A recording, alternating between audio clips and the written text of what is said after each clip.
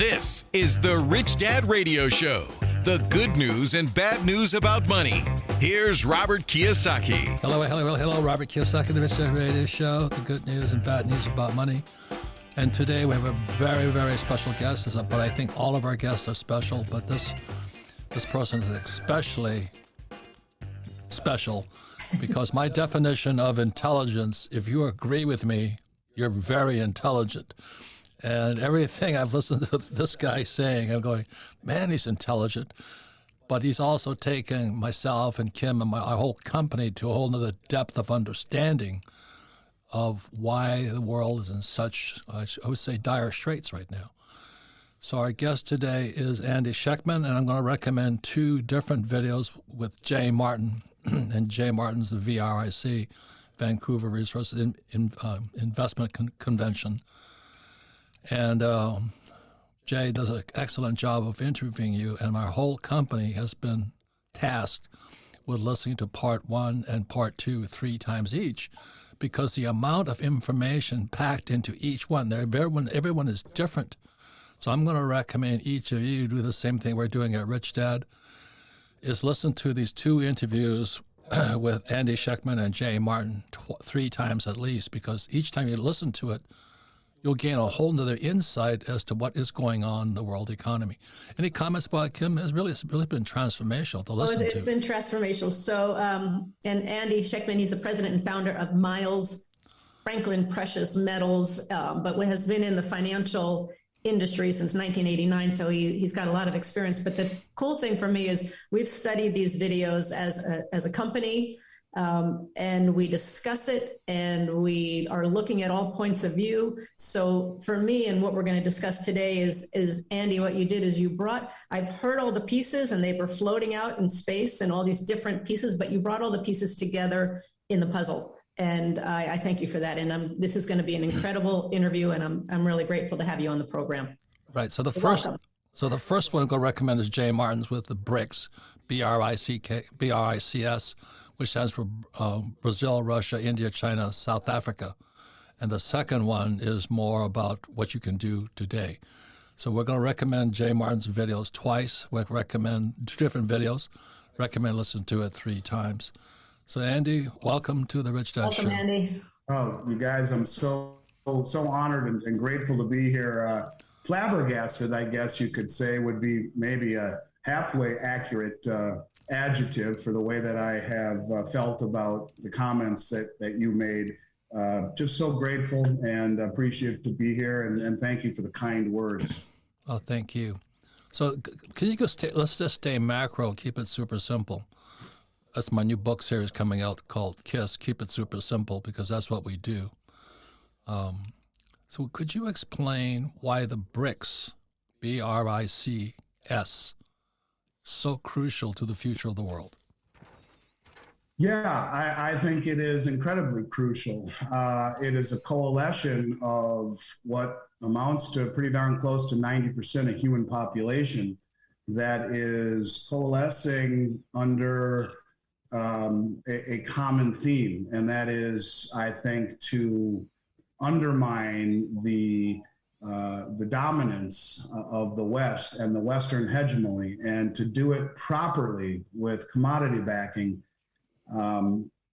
But if you don't mind, I'll take you down a pathway that I think will help connect the dots. And because I think it's important, as Kim said, there's a term, I think, if I get this right, if I remember back from high school, in literature called the fallacy of composition, which you look at a whole bunch of individual pieces and in and of themselves, they don't have the significance that they do when they're all put together. And this is kind of what I started noticing really in 2017. And by 2019, I was convinced that I was on to something. And since then, in every YouTube that I have done, I have followed this thread. And what's interesting is that the thread keeps accelerating really to where we are today, where it's becoming painfully obvious, as far as I'm concerned, that this is the direction things are going. So, and you can interrupt me along the way if you have questions. But I'm going to take you down a path starting in 2017 and let yourself and your listeners decide for themselves if this is indeed correct, if I'm heading down the right path or not. Let me just say, I think you nailed it so hard, and that's why there's 2 J. Martin videos, 1 and 2. And my whole company has had to listen to part 1 3 times because there's so much information in there, but the pieces take a while to assemble. They do. And then part 2 is I listened to it twice now. I'm going to listen to it the 3rd time. And what you're doing is you're putting the whole puzzle together. So please listen to both videos. So keep going, Andy. So yeah, and I think that it's in and of itself, the individual pieces that I will talk about may not resonate, and in the end, I'll put it all together. I'll try to attempt to put it all together. But, I really noticed things starting to change in 2017, Robert and Kim. I noticed that, out of nowhere, the German Bundesbank made a very big deal about repatriating their gold in 2017. Now, this was at the tail end of what had amounted to a 6-year bear market in precious metals. And, in 2017 in particular, it was a rough year to own a precious metals company. You had Bitcoin really taking off. You had the equity markets doing fantastic. And gold was languishing, and central banks were selling it. It didn't make any sense to me. Why would the central banks be selling gold? I guess, maybe because it's been in the midst of a downdraft, and there's this new thing called Bitcoin that's really starting to take off. And maybe we were just moving away from the old way of doing things, and we're moving into a new reality. And the capitulation came to mind, and in 2017. 6 out of every 10 orders that we did were people selling. Most of them aggravated that Bitcoin, which was supposedly cut from the same cloth as gold, was accentuating itself. And why wasn't gold? So out of nowhere, the German Bundesbank, who had attempted to start repatriating their gold a year or 2 earlier from the Federal Reserve in New York, finally made a big deal about it publicly. And they said, hey, send us back all of our gold. Now, it's important to understand that really, since the end of World War II, the United States held most of the world's gold. And the reason, in a nutshell, that we did was that at the end of World War II, at Bretton Woods, when the dollar was anointed the world reserve currency, we made a promise to the world saying, hey, you can give us your gold because it's safe over here. You've gone through 2 world wars and it's safe over here. And I'll tell you what, we'll pay you $35 an ounce for your gold. And in turn, you take the proceeds of that and you buy our U.S. treasuries. And this will give you a return on a non-interest bearing asset, and it will be held safely. And we will always sell it back to you for $35 an ounce. Now, it had been that way for a very long time. And as I get down this pathway, we'll get to that moment that you and I were talking about briefly offline here, where that all changed. So Germany says to the West, give us back our gold. And within a few weeks of that happening, the Bank of Austria, the Bank of Hungary, the Bank of Turkey, the Czech National Bank, the Dutch National Bank, all of these banks followed suit, said the same thing, give us back our gold. And they said it not only to the New York Fed, but also to the Bank of England. We want to repatriate our gold. And this is really strange at this moment, because here we are in the midst of a downdraft in gold that is now going on 5-6 years, and the central banks are repatriating their gold. Once again, this is 2017, so not that far away. Okay. That's right, 2017. And now my interest is piqued in the speeches that I'm giving, like at the Sprott conference. I would cite that, hey, something's going on here. The central banks are increasing their gold holdings quietly and repatriating them, even when gold isn't doing much. In 2018, the following year, you guys, gold was those same groups that repatriated their gold bought more gold as a group than they did in the 60 years combined previously.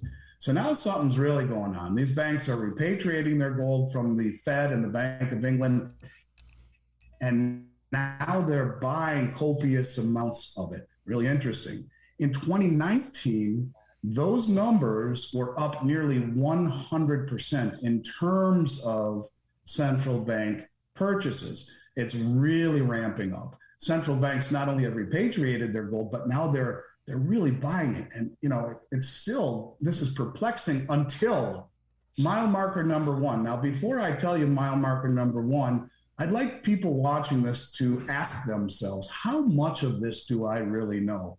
And ask yourselves, is the media that is supposedly telling us the truth really telling us what is important? Because I view some of the things I'm about to tell you as the most significant events, not only in my career, but ultimately in all of our lives. And I think maybe you'll understand what I'm getting at. Robert, you've seen this, and Kim, you've seen this, but for the sake of those who haven't, we'll start talking about these substantial, significant events that should really have been noticed by the public, but haven't. And I want people who are watching this to ask themselves, why? Why do I not know about this? Because they are very, very significant.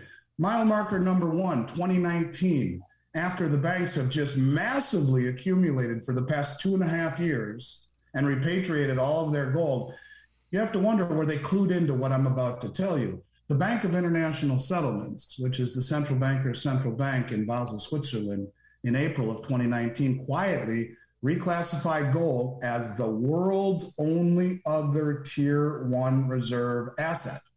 Now, since 1944, at the end of the war, there had only been one tier one asset recognized by the central banks, and that was US dollars and treasuries. It's a riskless asset. And now, out of nowhere, they levy gold from tier three, where only 50% was valued on the balance sheet, to tier one, where it's as good as cash or equal to cash. Very, very quietly. And it makes you wonder, were the other central banks clued in by the BIS that, hey, get your gold home and start accumulating it? I happen to believe the answer is yes to that question. So here we are in 2019. Things are really starting to get interesting. Wait, if I may add something, please. That was also the year the repo market crashed, September 17th, 2019. And that's when people started waking up to what was going on. And I'm going, what the heck is going on there? The repo market crashes. The last time that happened was 2008. So that's what I was watching. Okay. Absolutely. And Zoltan Pozsar, one of my favorite commentators, who I guess I'd call the repo market expert, has been instrumental in a lot of my thinking, including calling where we are now Bretton Woods 3, which really fits in towards the end of what I'm going to talk about, a system dominated by commodities rather than by Western debt instruments. And that is where he says we are right now. He's the repo market expert. But yes, you can see, my dad has this funny analogy for life. It's kind of like a roll of toilet paper. You don't notice it when it's spinning slowly, when it's a fresh roll, but over time it starts faster, and you become more cognizant to the cardboard underneath. Well, that's kind of what's happening to me here in 2020. The roll's starting to spin faster, and I'm connecting these dots, the most significant of all the dots being the tier one asset, until we get a little bit further. So in 2020... Wait, tell your dad I like his metaphor. It fits my mentality about toilet paper roll. It does fit. I will. So in 2020, we start to see some more things that I'm connecting the dots to, one of which is mile marker number 2. Now, mile marker number 2, again, ask yourselves, people, have you heard of this? And if not, ask yourselves, why? Am I watching the wrong stuff? Am I reading the wrong stuff? And I would answer, yes, you probably are if you haven't heard about this. Now, this, what I'm about to tell you about, started a few years before, but really started to gain steam in 2020. And I look at this as maybe the most significant event in most of our lives to this point. And that is the foundation of the Chinese Belt Road Rail Initiative. Most people I talk to have not a clue what that is. And it's incredibly impactful and incredibly significant on the West and the West's future, because what it is the most ambitious infrastructure project ever attempted in human history. It is connecting Asia and Africa, parts of Europe, and even parts of South America, the old Silk Road plus, through maritime channels, bridges, railways, roads, and this infrastructure program will only be patrolled by military and commerce. It is the Panama Canal on steroids. But what people need to understand is just this particular little infrastructure represents over 75% of human population and 45% of GDP before global GDP, even before it's industrialized. And I owe a debt of gratitude to your buddy, George Gammon, who woke me up to this. I'll never forget. I was living in Minnesota at the time, where I spent first 50 years of my life in the middle of winter, 2020, going on a walk, and blown away when he starts talking about this. And I remember him saying 75% of human population, 45% of GDP. And this blew my mind. Start following it a little bit further and realize just how significant this really is. The contracts and the settlement on the new Belt Road is predominantly being settled in the new Chinese digital yuan. This is a very, very, very big deal, because for the last 3 years, the digital yuan has successfully transacted upwards ends of $20 billion in trades and in settlements, even using it at the Winter Olympics. And I would like to call this a beta test. We'll get back to that as we progress. But really big deal, where 75% of human population is beginning to be indoctrinated into a new currency, into a new settlement system. This ambitious infrastructure project is void of American participation and void of dollar settlement, almost exclusively and entirely. So I'll keep it simple here. Stop me anytime, yes. Yeah. This is like Marco Polo and the Silk Road. I mean, this is how significant this is what Marco Polo did. I guess he traveled from Italy all the way to China, and then he started connecting the dots. Well, the Belt and Road, or this project that the Chinese are undertaking using their CBDC, central bank digital currency, and asset-backed digital, is going to make 75% of the world population switch to Chinese. That's right. And wait till I get to what's happened with it here when I get to 2022. It's more significant. Some of these things I didn't talk about on Jay's show because of time constraints, but you'll see when we get to 2022, it's becoming right in your face obvious if you are looking. So you're right. And this is a big deal. And this is the beginning of the infrastructure, the external and internal infrastructure that is, I think, laying a foundation for massive de-dollarization. But we'll get there in a moment. Further things start to happen in 2020 that really start to make me say, hey, I'm on to something here, no question about it. Now I'm blasting this out on every single interview I do, 3-4 a week, every one of them.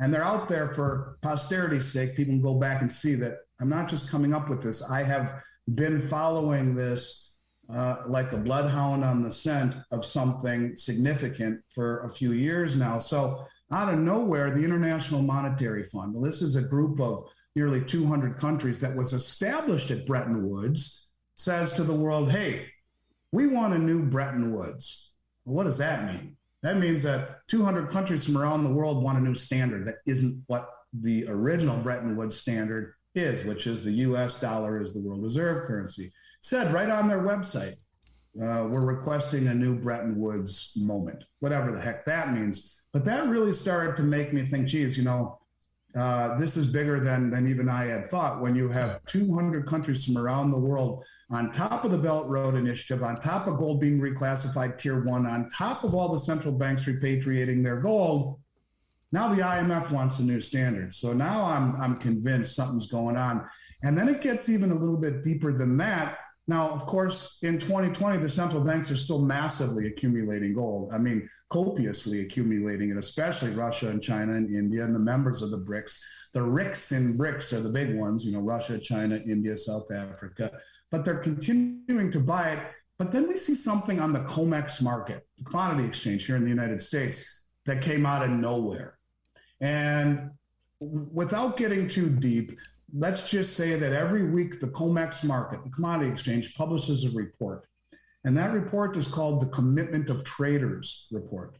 And the Commitment of Traders report that I have been following my whole career shows the positioning, long or short, of the largest traders on the exchange. And typically, it's only been commercial banks, speculators, which are the hedge funds. And if one goes long, the other goes short, and vice versa. It's a zero-sum game, so to speak, where the managed money speculating hedge funds will go long, the commercial banks will go short, and vice versa. And that's all that was ever on the Commitment of Traders report until 2020. Out of nowhere, there is a new list of reportables on the Commitment of Traders called the Others. What the heck are the Others? They're family offices and sovereign wealth funds. I would call them the most informed, well-funded private traders on the planet. I mean, that's so please, what he just said, it's family offices and sovereign wealth funds. See, what Kim and I run is a family office. We're not on the stock exchange, we're not anything like that. We're a privately owned family office that does our own trading for us.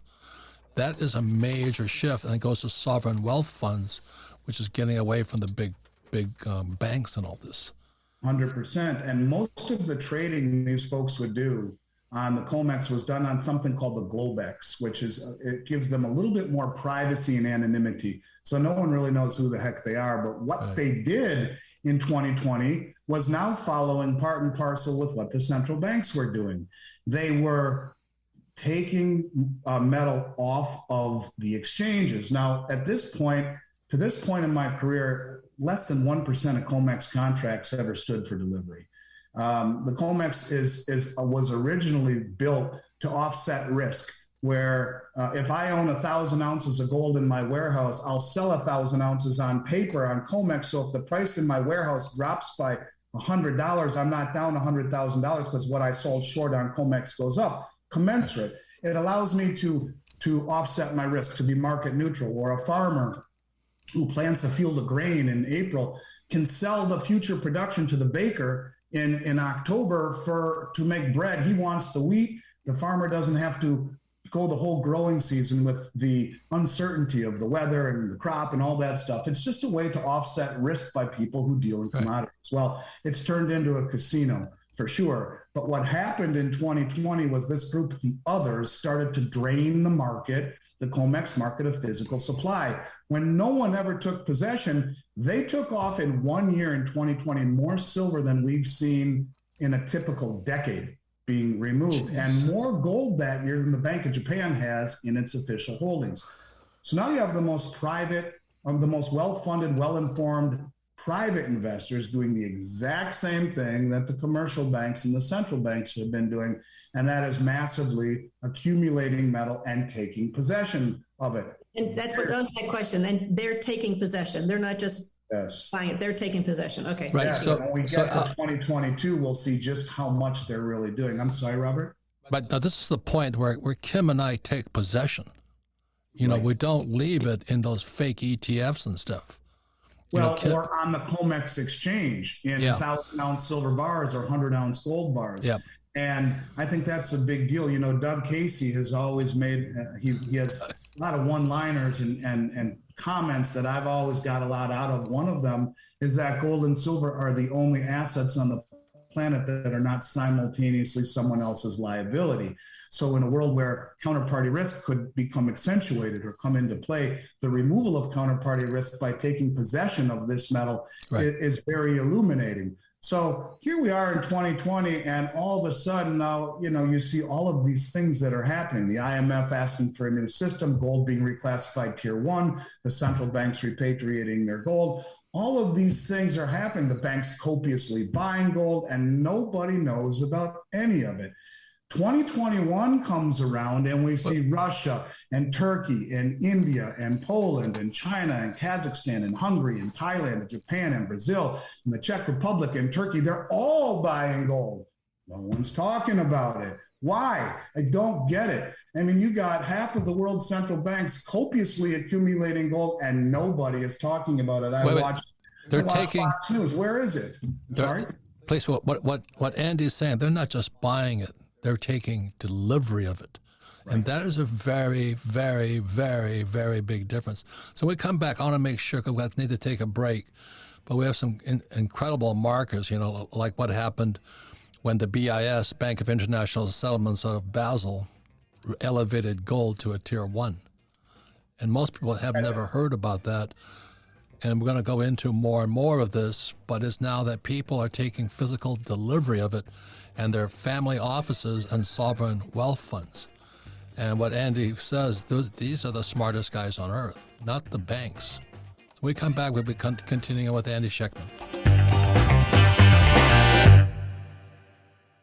Robert's been warning us for years, time after time, his golden rule: invest in real assets. That's how he didn't just survive the last period of catastrophic inflation, he thrived, turning his first property into a real estate empire of over 7,000 units. But with history possibly repeating itself, home purchasing sentiment is at a 10-year low, and we could be on the verge of another historic crash. Combined with rising inflation, the landing may be even harder than last time. But according to BlackRock CEO Larry Fink, the largest asset manager in the world, there's one real asset that investors need to know about because of its resilience during times like these. Fink calls it the new gold. He's talking about contemporary art. It makes sense. The last time inflation was this high, contemporary art appreciated 33% annually on average, more than gold and real estate in the same period. And now it can be part of your portfolio for a fraction of what billionaires like Fink pay, all thanks to Masterworks. It's the new tech platform and lets you invest in shares of paintings by Warhol, Picasso, and Banksy. And the result so far has been incredible, with 6 paintings sold for an average net return of 29% to the investors. No wonder their over 500,000 users have invested more than $500 million on Masterworks. And here's the best part. You can skip the wait list and try Masterworks for free by going to masterworks.art/richdad. That's masterworks.art/richdad. See important disclosures at masterworks.com/CD.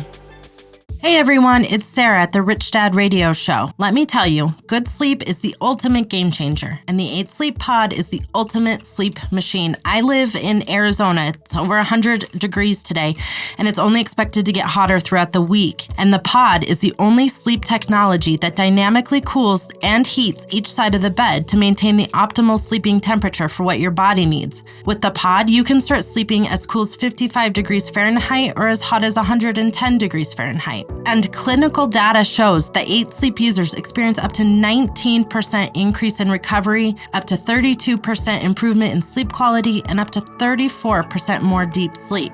And 8 Sleep recently just launched the next generation of the Pod. The new Pod 3 enables more accurate sleep and health tracking with double the amount of sensors, delivering you the best sleep experience on Earth. And all you need to do is go to 8sleep.com/richdad to start sleeping cool this summer and save up to $150 on the Pod. 8 Sleep currently ships within the USA, Canada, the UK, select countries in the EU, and Australia. Feeling powerless over current events and your financial future? Financial freedom is your freedom. Robert Kiyosaki is the best-selling author of Rich Dad, Poor Dad. Over 40 million people have taken Robert's advice. Now it's your turn. Attend Robert's free virtual wealth building event. Claim your free access now at richdadfree.com. Don't wait, access is limited. Go to richdadfree.com. That's richdadfree.com. Welcome back, Robert Kiyosaki, the Rich Dad Radio Show. And once again, I think this is the most important. All our shows are important, but none more important than this, because our guest today is Andy Schectman. He's president and founder of Miles Franklin Precious Metals. And my definition of intelligence, if you agree with me, you're intelligent. And he's one of the first people that agree with me 100% all the way. But I want to tell a joke before I go on. He's talking about the difference between buying what I call fake gold, and fake gold's an ETF, like what Tony Robbins and all those guys promote. I don't like fake. I like real. I don't want paper. I don't want futures contracts. I want the real stuff. So we take delivery of it. Now, what we don't tell people is where do we deliver it to? And the reason for that, Andy, I was at this conference, and this guy stood up. Of course, he's an attorney because, they're not the brightest guys on earth. He stands up there and says, yeah, I take delivery of all my gold and they keep it at my house. And this other guy stood up and said to him, well, why don't you just give us your address so we can steal it from you, you idiot? So I want to let you know, when you take delivery, it doesn't mean keep it at your house. You've got to find somebody else. Is that correct, Kim? That's definitely correct. I don't want anybody knocking at my door, but I'm excited, Andy, to continue on with this timeline, because you've already given us that, I never knew that in 2017 or 2019 that the BIS made gold tier 1. I never knew that until I watched your video. I heard about the Chinese Belt and Road, but I didn't realize the impact that it had. So then these are just two, and I know you've got a lot more. So let's keep going. We're Great. up to 20. Yep. Great, absolutely. And you're right. The reclassification gold tier 1 is huge. Just to touch on that for 1 second, everyone in my industry always thought that if anything ever rose to the level of dollar prominence, it would be something like a special drawing rights from the IMF. And the question is, why did they make gold tier 1? I want people to keep that in the back of their mind. Why is gold tier 1?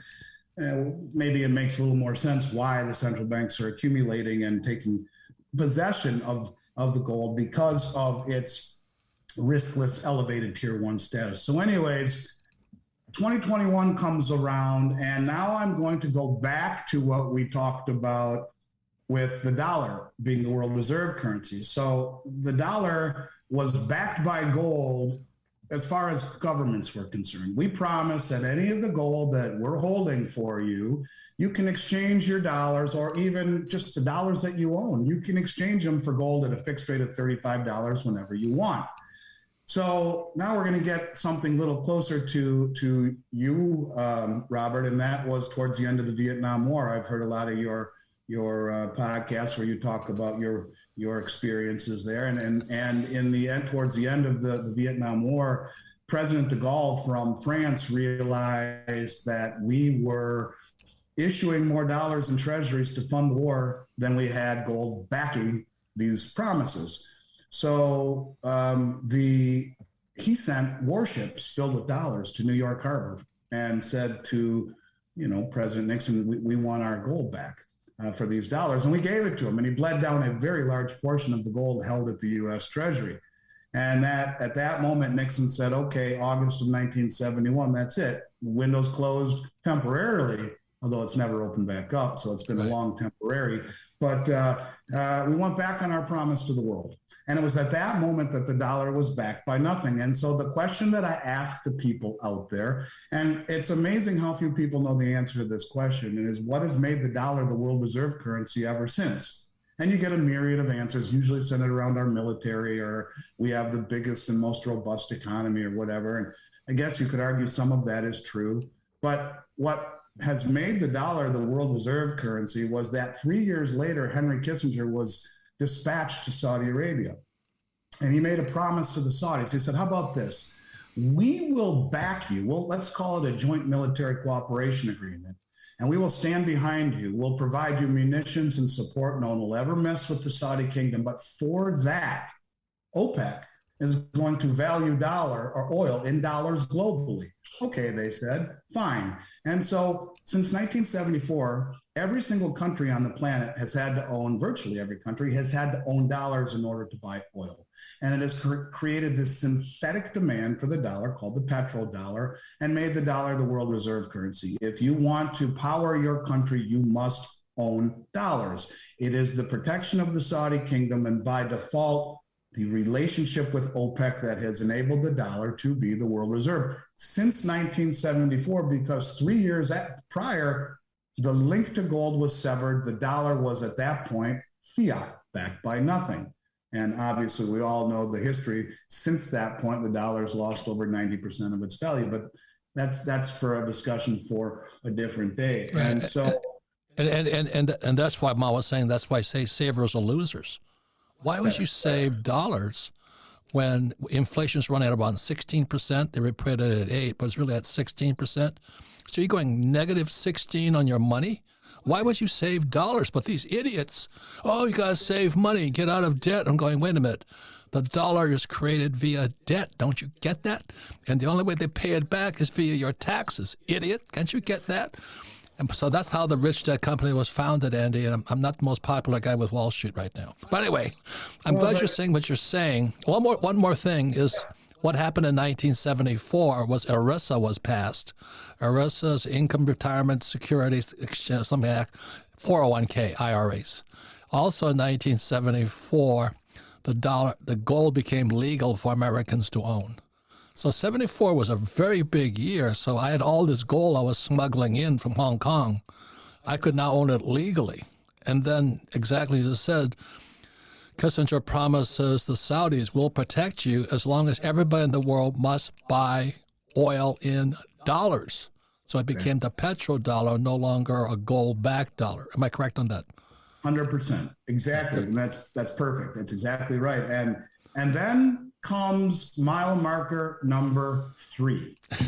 And no one knows this. And I know. It just absolutely baffles me that nobody knows this one. And I would say this marker is way more significant probably than the 2 preceding. And the fact that our media doesn't say anything about it, I find it to be deplorable. And, I guess when you realize that every newspaper, radio station, television station, magazine in the United States is owned by 4 companies, there is no fair and balance. There is no, we're being fed the wrong information, because this next moment, I think, sets the stage for everything that's going to happen in this country moving forward.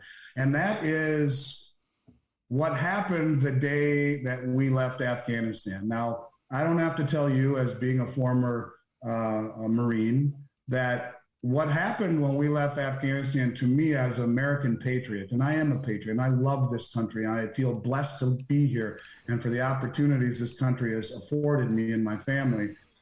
And look, we come from nothing. When we started this company, we come from nothing. My father's middle name is Miles. His best friend's middle name is Franklin. We borrowed $60,000 from his friend to start a company, and we just eclipsed $7 billion in sales. We are the American dream. I love this country, but I will tell you that as an American patriot, I was embarrassed to almost call myself an American the day we left Afghanistan, leaving behind enemy lines, something that was something we never would have done in the country I grew up in. You would never leave servicemen and women behind enemy lines. You would never leave the people who trusted you with their lives, the freedom fighters, behind enemy lines and give their biometrics to the Taliban. And I think there is no coincidence to the announcement of this mile marker number 3, because we embarrassed ourselves on a massive scale with people hanging from a transport plane as the last plane out of Afghanistan is going, knowing we have Americans that are still there today. It's inexcusable. And it's deplorable. And I think it, in many ways, changed the way the world looks at the United States, or at least our leadership, shall we say. And there's no coincidence to the timing of this massive announcement. Now, once again, what makes the dollar world reserve? Oh, yeah, it's the protection of the Saudi kingdom. What happened the day after we left Afghanistan? Russia and Saudi Arabia announced a joint military cooperation agreement. What? Are you kidding me? What? Russia is now protecting Saudi Arabia? And the day after that, guess who did it again? Nigeria makes the same announcement that Nigeria and Russia are now Russia is protecting Nigeria through a joint military cooperation agreement. They're maybe the 5th or 6th largest OPEC producing country, and we know what Saudi Arabia is. Subsequently, we've already seen that Nigeria is selling their oil to China right now for yuan-denominated bond that is immediately convertible into gold on the Shanghai Gold Exchange. It's called the Petro-Yuan bond. And because it is immediately convertible into gold on the Shanghai Gold Exchange, this is how countries like Iran sidestep our sanctions. They'll sell their oil to the Chinese in a Petro-Yuan bond, and they can immediately convert it to gold on the Shanghai Gold Exchange into kilo bars and take possession of it. This is why the Shanghai Gold Exchange has delivered close to 100 times more gold than we have, the Comex, which sets the price, because these countries are doing just that. And guess who else is doing it? Saudi Arabia. So you have the linchpin of the dollar hegemony, the Saudis, and now Nigeria, 2 of the 13 OPEC member countries, selling their oil already to China, both being protected by Russia. Nigeria, part of the Belt Road Initiative, being protected by China. They're selling their oil in something other than dollars. This is a huge deal. Of course, we're not talking about it, but it is a massive deal. Massive. So let me remind people, okay, Jay Martin from the VRIC, Vancouver Real Estate Investment Conference, interviews Andy Schectman. in two parts. Part one is on the BRICS, Brazil, Russia, India, China, South Africa. If you read my books, I've been covering these guys for a long time, watching them, because I travel throughout the world. I've seen what the Chinese are doing all over Africa. I cannot believe they have whole compounds, of Chinese people. I was in Cameroon, and they have these huge trenching machines dropping fiber optic cable all the way across Africa. And what are we doing? Nothing. We have Kamala Harris not even going to the frickin' border, and she's the border czar. I mean, oh my God. And then when Andy talked about how when they abandoned Afghanistan, you forget that I was there in Vietnam when they abandoned us in 1975. And I still remember, Andy, I'm walking through the village. This is before we declared we quit, before we quit Vietnam. I was watching the Vietnamese scurrying around. I said, they were buying gold leaf. That gold leaf they rub on stuff? They were buying gold leaf like crazy. I'm going, and Americans, as I write about, we don't know what gold is because it was illegal for us to own gold. So I'm watching these Vietnamese buy all this gold leaf. And I asked my staff sergeant, his name was Jackson, he was one of the smartest guys I met. I say, Jack, why are they buying gold? He says, they're going to run. They know Americans abandoned us. They're going to run. They're going to get out of this country as fast as they can. And remember, during my era, that was the Vietnamese boat people and all that. They were climbing on. They were ready to get out of that country. And then one of the more famous pictures is the picture of a CIA Air America helicopter on top of the U.S. Embassy. And all these Vietnamese people are running up there, and they're punching them, trying to keep them out of there. And then they have us on our aircraft carriers, and we're dumping our helicopters over the side because they got too many of the Vietnamese helicopters running. They were flying to our carriers. And I was out there watching all this stuff going, holy mackerel. And then in 74, exactly as you said, that's when the ERISA came out, the 401k, and going, what the heck is going on? And the Petrodollar, and then they say, oh, by the way, you can now own gold legally. I'm going, so I've been watching all this. So when your podcast came out with Jay Martin, I'm recommending everybody listen to it 3 times, because what you're saying is a massive condensation. What did you call it when all the pieces finally come together? That's what you've done. Composition. Yep. What's it called again? Fallacy of composition. Yeah, what you've done in these 2 Jay Martin podcasts, I mean, everybody listen to them 3 times. Because it's like taking concentrated knowledge in a drop. You're very and it takes a while to absorb. You really are very kind, honestly, and I appreciate it very much. And look, I'm no genius. I'm just someone who caught on early to the scent and has followed it. And as we go through where we are now in 2022, and we get to Klaus Schwab. I'm going to try to put the pieces together and let you make up your minds for yourself. Am I on to the right thing, or am I being led astray? I'll let you make the decision for yourself. But Klaus Schwab is the World Economic Forum, formed in 1971 also. Interesting, right. Isn't it? It is. A lot of these pieces, I think, have been in play for a very long time, evidently. And even when you talk about some of the things that you saw in the past, you can add them to a progression of events where, they take a long time to play out. But I do think as we see what's happening here in 2022, it is speeding up. So it's a toilet paper metaphor. And the reason I like that metaphor, it's starting to spin a lot. You can see the roll. You can see the cardboard. But what's the first thing that people stock up on? Toilet paper. Yeah, right. Which I never really understood. So continue, Andy. Go on with the timeline. Thank you. So 2022 rolls along. Here we are, and I think you could say the mile marker number 4 is one that most people know about, but it's one that I think has incentivized the speeding up, if you will, of this progression of events. And I'm going to lay out several of them that have happened here this year alone. But, as the world reserve currency, you guys, it's not our job to say who can and can't use it. That's the biggest mistake you can possibly make. And as the world reserve currency, if you weaponize it the way we did against Russia, you are asking for trouble. And I think the question that I pose to people, and now I'm going to take a step off this for a moment, and I'm going to ask you to think about this. Was it intended or was it unintended? What I mean by that are the consequences intended or unintended. Why do I say that? I say that because our Fed chairman, Powell, I believe has no intention of being written about in history books as blowing up the American dream. Because in the last 3 years, more money has been created in the last 3 years than in the entire history of the country before.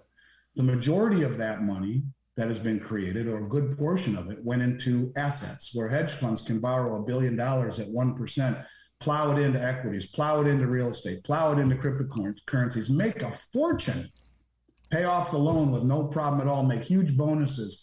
And what we've seen over the last 3 years is a massive distortion in asset prices. You could call this the crack up boom in Austrian economics, where massive expansion in credit and lowered interest rates create distortions and misallocations of capital and resources where price discovery is next to impossible. Houses are doubling or tripling in a year. Equity portfolios the same. Cryptocurrencies up 10 times. You've been in finance longer than I have, and you know that's not how markets work. They don't go parabolic like this. And I think a lot of it has to do with the distortions and the misallocations that were created through massive money printing. So I think Fed Chairman Powell has no intention of blowing up the system and getting tough on inflation. The National Bureau of Economic Research came out with a report not too long ago and said that the 9.1% inflation that was listed in July of this year would have been 16.5% if calculated it the way that they used to in 1980. Like you said, John Williams of Shadow Stats, a legend in this industry, all he does is show the numbers the way that the Fed and the Bureau of Labor Statistics used to calculate numbers. But even if we believe the 9%, by the way, that CPI excludes food, energy, and housing, right? So they pulled out the things that we need that are inflating to give us this now 8.5%. So he says he's getting tough on inflation and raising it to 2.25%, maybe to 3.25% at the next meeting. What good does that do against 8.5% inflation, which we know is probably closer to 17%?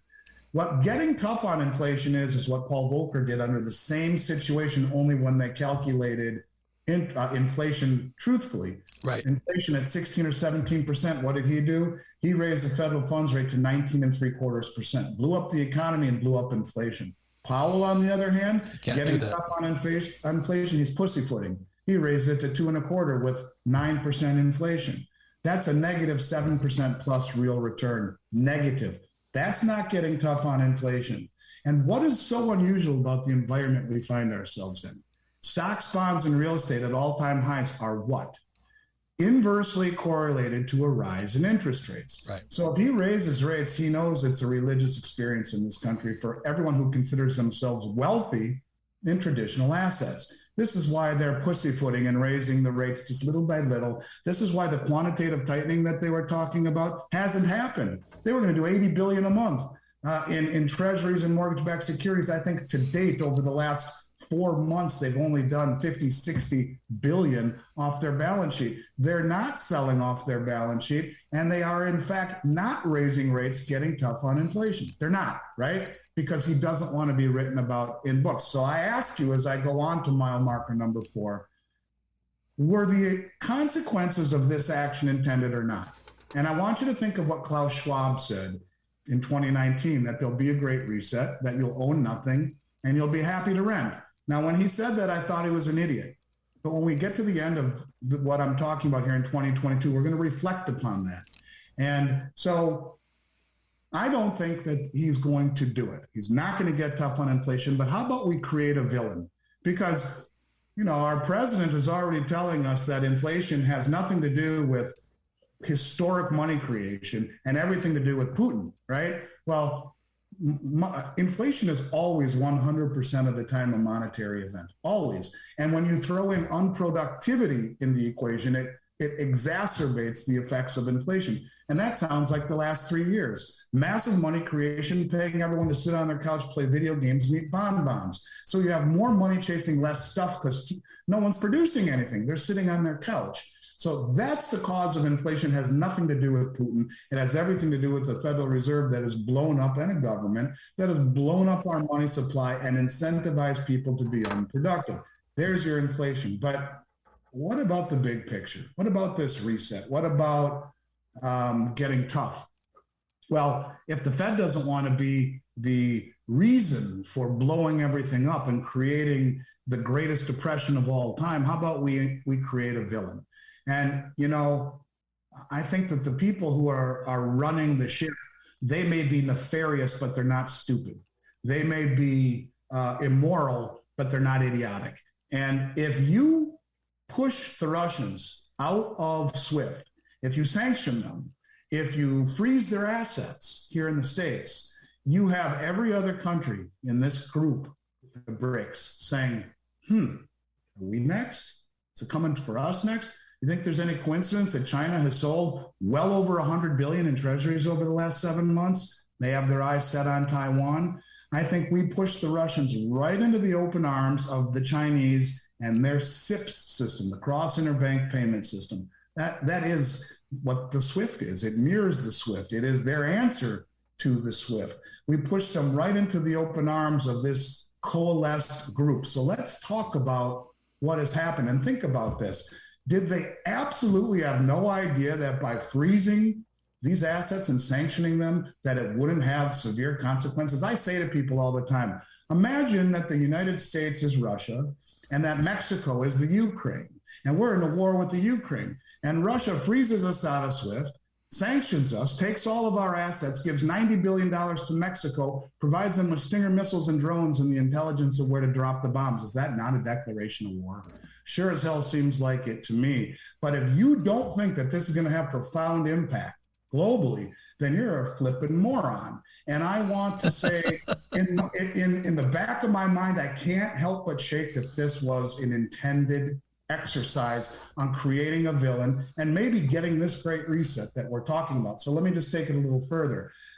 So far in 2022, and by the way, those sanctions, which have done absolutely nothing, keep in mind that 85% of global population, including China, India, Africa, and South America, are still trading with Russia, right? So those sanctions didn't do anything. In fact, all it did was coalesce this mantra of Western hypocrisy and dominance needs to come to an end. Now, I'm not saying that this is my feeling, but I can see pretty easily why they would feel that way. So let's look and see what's happened as the toilet paper roll is spinning now. What's happened so far in 2022? It'll blow you away. First of all, as I mentioned, Nigeria and Saudi Arabia are selling their oil to China for the yuan-denominated Petro-yuan bond, which is immediately convertible into gold.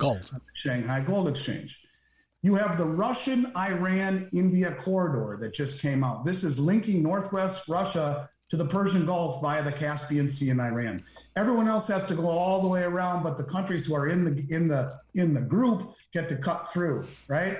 You have Turkey, Egypt, and Saudi Arabia announce that they are contemplating joining the BRICS nations. Now, if you say publicly you're contemplating, it's a done deal. These countries are moving away from the Western alliances and they are joining the BRICS. And Saudi Arabia. Did I mention Saudi Arabia? Yes, Saudi Arabia is joining the BRICS nations. You had Turkey come out and say they want to ditch the dollar for payments in Russian energy. And they've purchased 75 tons more gold in the first 7 months of the year than any central bank on the planet. They are the largest accumulators of gold. Turkey, who just said they're going to join the BRICS nations and wants to ditch the dollar for Russian energy, they are leading the way in 2022 on gold purchases. Did you want to say something? Yeah, the thing I want to say is that I want to endorse Jay Martin's interview with you. It comes in 2 parts. It's because you have so much information packed, and I'll restate it. Please, Sarah will get you a link to it. But everybody in our company has listened to your first one 3 times. I've listened to your second one twice now, and they're both fit together. And I highly recommend people listen to it. I mean, I'll send you a copy of my book here. It's called The Capitalist Manifesto, We were warned of this years and years and years and years and years ago. That's like Orwell said, if you can't win the argument, change the story. And that's what Biden is doing. He's just changing the story. We're getting our asses handed to us. The toilet paper roll is showing. And people are still wondering, well, should I buy more real estate? Should I buy more gold? Should I buy more? Well, you better find out your own answers pretty quickly. Final words, Kim, because this is profound. So Andy, you got Saudi Arabia. If they join BRICS, how does this whole thing play out? Sure. So I got about 2 more minutes and I'll connect the dots for you. So as I mentioned, China's dumped $100 billion in bonds plus in the last 7 months. You have now 147 countries on the Belt Road, including all of the 13 OPEC countries. All of them are on the Belt Road Initiative. 6 of the 13 BRICS nations, or 6 of the 13 OPEC countries have already joined BRICS or are in process of joining. The 7th, United Arab Emirates, just joined the BRICS Bank.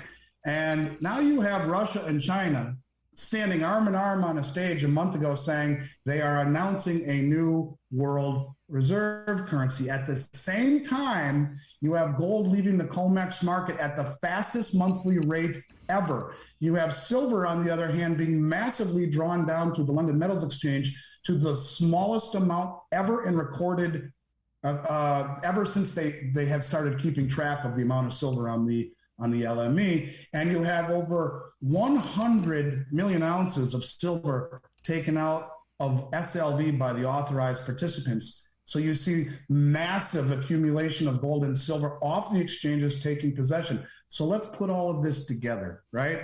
So what does it all mean when put together? And let's think about the Great Reset. How do you get a Great Reset?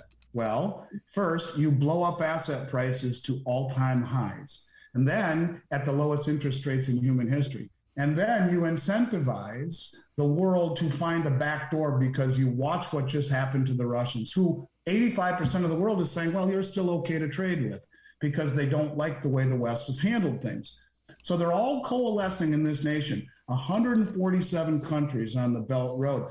All of these countries in the BRICS nations, which amount to 90% of human population, all of this together. And think of the fallacy of composition. All of these countries, one by one, can't stand up to the U.S. You put them all together and they will dominate the U.S. So how does it all blow up? Why do you own gold and silver? Why? Remember, gold was classified the only tier 1 asset in the world next to U.S. dollars.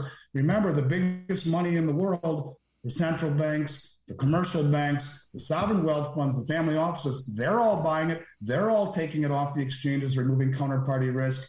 You can see the drawdown from all of the major exchanges. How does this all blow up? Simple. Saudi Arabia joins the BRICS nations. Every OPEC producing country, all 13 of them are on the Belt Road. They all sit on a stage with their arms around each other on a Sunday night here in the States, Monday morning, somewhere in China or in Russia or wherever this meeting is. And Saudi Arabia says, hey, US, thank you. It's been a hell of a ride. We appreciate it. As you know, we are being now protected by China and Russia. In fact, we struck a joint military cooperation agreement the day you idiots pulled out of Afghanistan the way you did. And we realized that maybe you weren't the best partners to tie our wagon to. You know, you sent over President Biden to beg for oil. He didn't beg for oil. He hasn't even gone to Mexico or the Texas-Mexico border. He came and asked us to not join the BRICS nations. But we've decided after contemplation that, hey, you know what? It's in our best interest, and all of OPEC, who is on the Belt Road, that we're going to open up energy purchases in other currencies, including the yuan, the rupee, the ruble, maybe euro, gold, and dollars. Like that, it's over. Because what happens? Every country on the planet who has had to own dollars since 1974 dumps them. And if you ever saw the moving trading places where one Duke brother says to the other Duke brother, sell, Mortimer, sell, because everyone will start dumping dollars. As the dollar collapses, that's pillar number 1. The dollar value collapses. What happens when those dollars collapse and hit the U.S. shores? Hyperinflation. What happens as an adverse reaction of hyperinflation? Interest rates spike. You have to have higher interest rates to compensate for the loss of purchasing power. There's your villain.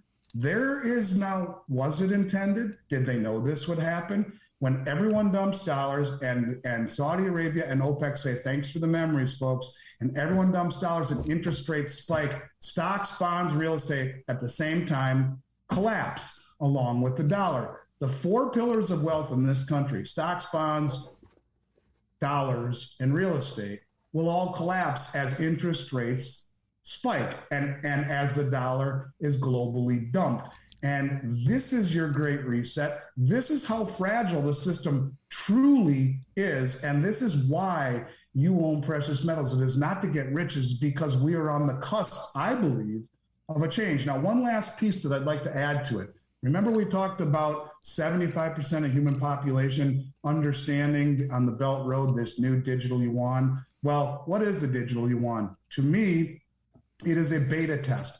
Just the other day, and I'm almost done here, just the other day, there was an article that came out by a man named Sergei Glazyev, and he is the Russian minister in charge of integration and macroeconomics for the Eurasian Economic Union. And he came out and he laid the fundamental principles by which the new U.S. post-dollar economic system will be based. And he goes on and says, and I quote, that it will not be based upon any particular currency as with the Bretton Woods order, but rather a market basket of local currencies tied more deeply to an array of real commodities such as gold, other precious metals, grain, hydrocarbons, sugar, etc.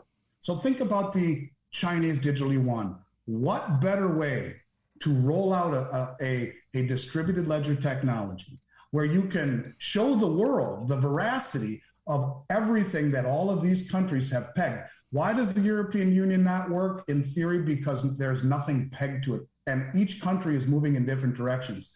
But how about all of these countries coalescing not only against the maybe hatred's a strong word, but the universal dislike of the Western hegemony, so much so that we're seeing relationships being mended between Iraq and Iran, where they're building a railway between Iran and Saudi Arabia. They're mending fences between countries who have hated each other for years. But you know the old statement, my enemy's enemy is my friend. They're all coalescing against a central theme. But that's not enough. We need to peg something. What are all the countries that own all the commodities? The BRICS. And all of the countries that are joining the BRICS own all the commodities. So what better way to roll out distributed ledger technology but to show the pegging of all of the commodities pledged to the new BRICS currency, which they just announced is coming out? Why is gold tier 1? You tell me. Did they know that this was going to happen? The inevitability and the mathematics of the dollar's demise? Is it going to be the central peg to a new world reserve currency? What better way to show the immutability and the veracity of this pegging but on a distributed ledger, Chinese digital yuan, which I believe will be the rails to a new system, the rails to the new BRICS system, to the BRICS currency. And when that happens, God help us in this country, because nobody is going to on faulty promises and debt when they can own a currency backed upon nothing but commodities with the veracity and the mutability of said backing shown on a distributed ledger for the entire world to see. Well, Andy, thank you very much. I mean, again, the definition of intelligence, your intelligence, we're going to send out both connections to Jay Martin's interview because they're very different. Very different. It's important to understand it. But I've been saying this for a long time, that who stole my pension? I think the biggest tragedy in 1974 was also the ERISA or the 401k. And when the stock market crashes and the housing prices crash, the boomers are toast. And they've had the easiest life. The boomers have had the easiest. So what you're saying here is not pleasant for most people, but we at Rich Dad have been saying that for a while, so this here is Rich Dad's prophecy. This is why the biggest stock market crash in history is still coming. It's now here. That came out in 2013, this book here, and it followed 2008. And I knew they hadn't fixed the problem; they made it worse. So I thank you for adding, definition of intelligence. You're very intelligent, Agree 100%. Final words, Kim, for Andy? Do you have a website or a place where people can come and learn more from you? Yeah, so our new website is about 2 weeks from launching. We have a website. We, as I mentioned at the onset, we've done all of this without allowing our entire history of our company. We've done it analog in a digital world. We have not allowed online purchasing. Our website right now is kind of a placeholder, I guess you could say, for our new website that's coming out in a few weeks that will allow online purchasing.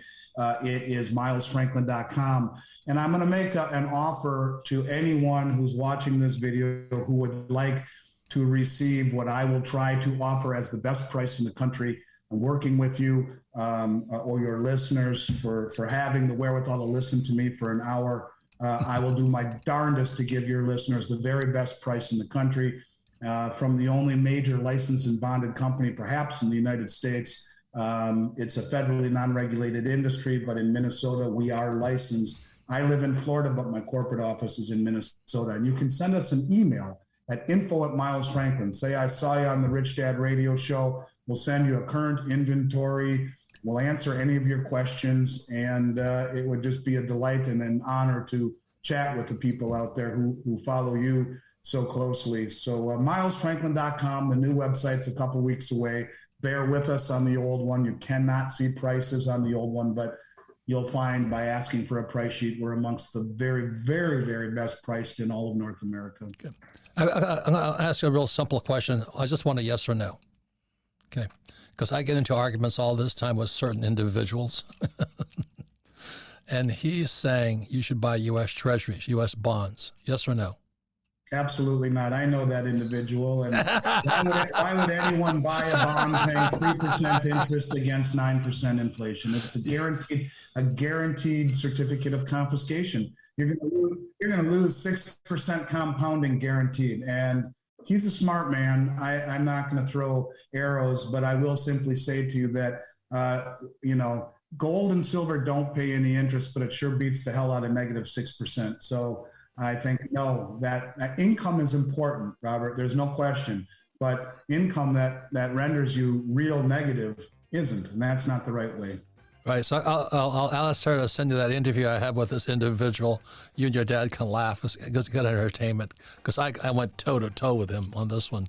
But he's a smart dude. Anyway, thank you very much, and thank you all for listening to Rich Dad Radio. And we'll come back for the final words. So thank you again, Andy Schectman. Appreciate it. Thank you. Really appreciate it. And we'll be right back.